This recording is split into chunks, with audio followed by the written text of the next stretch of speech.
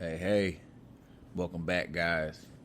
Talkin Game with your host, Yellow Tape King.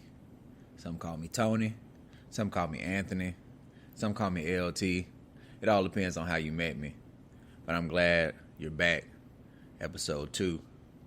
Gonna run through some things real quick. I do this in 15 minutes. Gonna talk baseball. Why it's not dominating like it should be in the summer. Talk Yankees, of course. I want to talk a little Colin Sexton. It's throwing me off. And Lamar Jackson. The disrespect to Lamar Jackson, man. So I want to start this off with baseball. Summer sport. It dominates in scheduling throughout the months of the end of June, all of July, even August, because preseason football isn't the hype that it used to be, right? But it's not dominating in the headlines and national media the way I feel like it should be. And now, of course, I say how I feel because I'm just talking as a fan of baseball. But when you look and you see TBT basketball, Summer League basketball, even Drew League basketball dominating so many sports headlines and so many sports topics of things that aren't really significant. We're not even talking about professionals and TBT. We're talking about guys who are looking to at least make the practice squad or the G League team and Summer League. And we're talking about Drew League, which is just glorified rec ball, which is fun to watch, dominating during the summer where baseball should be king, right?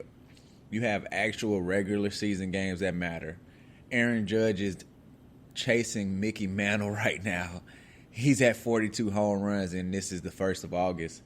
And it's just not dominating national headlines like I think it should, or how it would have, let's say, 20 years ago. The Yankees would be such a big deal 20 years ago if Aaron Judge was going for 63. But what can I say? I'm just a baseball fan. I don't know where it's losing the juice. I feel like they should highlight their players more. The NBA has done a great job highlighting their players. So that's where you get the stars. That's where you get the fans. I talk to like my son or younger people. They're not too much fans of teams, which is always kind of weird because I grew up in an era where you picked a team and you kind of stuck with that team. But they've done such a great job of highlighting their stars, excuse me, that it's just brings the fans along. They want to follow these superstars' journey, and the MLB has to do a better job. You have Ronald Acuna. You have Aaron Judge, you have Austin Riley, you have Jazz Chisholm down there in Miami, you got Fernando Tatis in San Diego. You have these big stars, these huge personalities, and you got to start highlighting them to bring more excitement to the game, and more bat flips. We need more bat flips, more flair. Speaking of not dominating while we're on baseball, the Yankees stumbled out of the blocks coming out of All-Star break.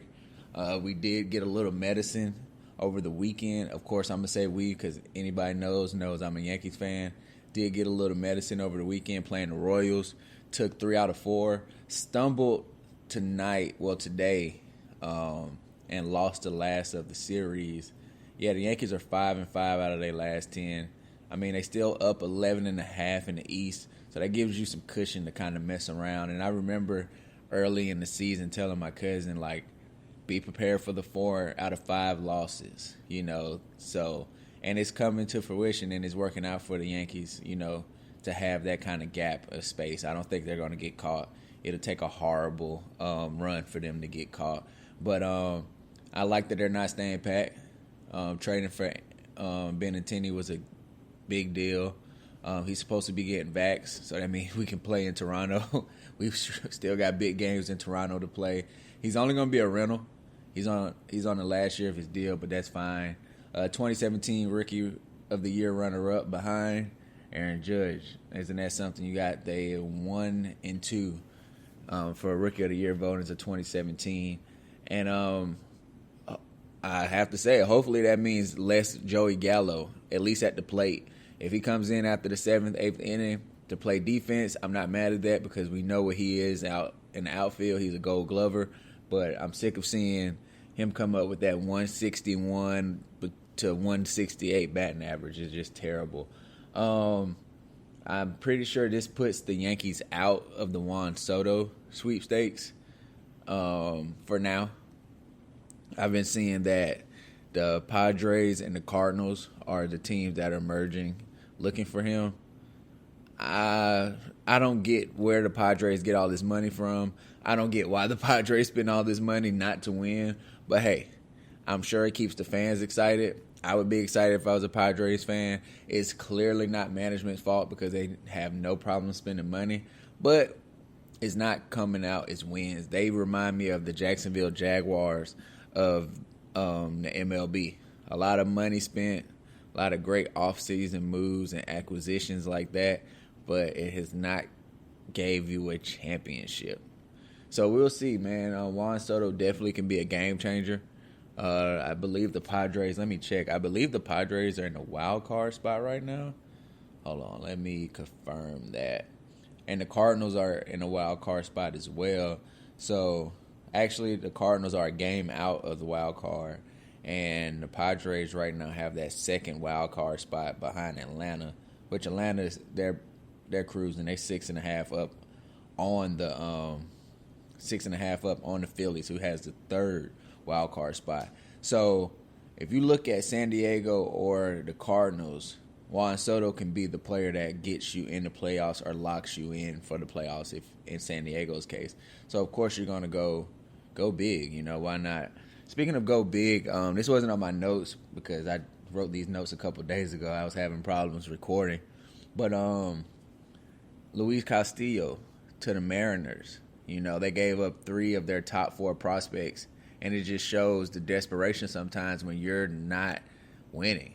And sometimes you just want to you want to compete, right? You want your fans to be able to come to playoff games. I understand everybody wants to win a World Series, but sometimes expectations may need to be tempered down to realistic standards. That's the only way I can look at it is realistic standards. So they get Luis Castillo. Kind of kills me as a Yankees fan because I really wanted him. He's probably was the best pitcher left on the market. But we'll see. We're looking at Pablo Sanchez, I believe, or Lopez. I have to look. I forgot just that fast. From the Marlins. And we're looking at the top pitcher from the Oakland A's. So let's see. We got, about 48 hours, probably a little less, probably about 40 hours until the trade deadline. Yankees should be going for the gusto. You have a team like this, you definitely should be going for it. I know we need some more pitching help. Severino being out is a big deal. Tyone and Montgomery, they just haven't been what they were their first 20 starts of the season. So let's see if we get some pitching help. The bullpen is very good, but it just doesn't seem like anybody can lock into their defined roles. And I understand Michael King being hurt had a lot to do with that. Chapman coming back, and now he's starting to look good.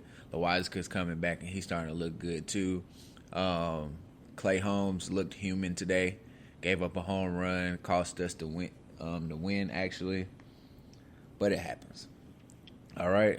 Real quick, I just want to get into some basketball stuff to cover, and I want to talk Colin Sexton. Colin Sexton, is he being severely underrated? I truly believe so. We're talking about a 20-point per night guy, and the only offer he has on the table because he's a restricted free agent is Cleveland, a $40 million deal over 3 years. My only question is, looking from afar, is he more injured than we think? Colin Sexton is only 21. He'd be 22 during the season. Like I say, 20 a night. He was averaging 24 before he got hurt. is there medical reports that we don't know? Because even if Cleveland, like, look, we're going to roll with Darius Garland and maybe another veteran, or, probably go with Darius Garland, Karis LeVert. Cool. But it's nowhere else in the NBA that Colin Sexton fits that somebody would want to pay him. It just doesn't make sense. I like Colin Sexton a lot, but looks like he's going to end up back in Cleveland with that deal on the table if nobody else is going to offer him.